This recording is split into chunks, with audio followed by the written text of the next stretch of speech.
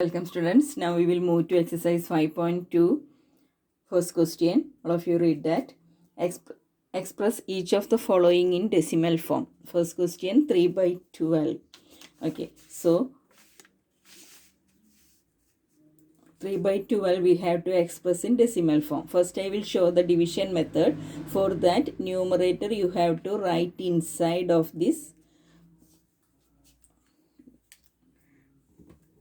and 12 as a divisor. Choose 3 as a dividend and 12 as a divisor. So like this you have to arrange for division first. Okay.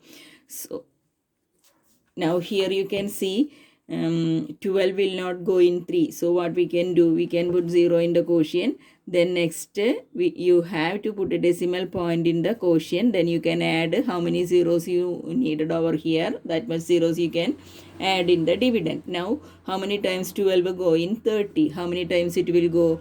2 times only it will go. You know the answer will be 24. Subtract, you will get 6x remainder. Again one more 0 here you can add, bring down that 60. Now how many times? So 5 times. So 60. Subtract 0 you will get. Okay, so like this you can do. That is one method. So you will get that 3 by 12 is equivalent to 0.25. Okay, now we are moving to the next question, 6 by 25. So this I will show in equivalent form. Equivalent form means here the denominator is 25, isn't it? Convert this into 10 or powers of 10. For that, which number needed, by that number you can multiply the denominator. Now here we know 25 into 4 is equal to 100, isn't it? 25 into 4 is equal to 100. So for this fraction, multiply the numerator and denominator by that 4. So how we will get 24 by 100. Okay, 24 by 100 means which is a decimal form 0.24. Okay, so in any of this method you can choose and you can solve division method or equivalent form.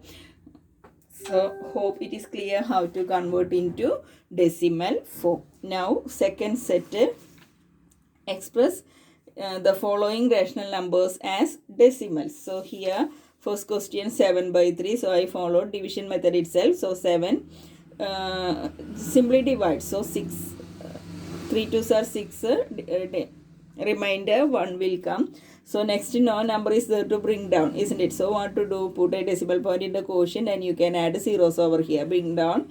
So 10, how many times 3 3s are 9? Again one remainder 0. So this will go continuously, it will go, it will not end, because always 1 will be the remainder. We can add 0 over here, we can divide and go. So that means we will get 7 by 3 is equal to 2.3333 etc, isn't it? Okay, 2.333 etc, like that it will go. So that itself we can write as 2.3.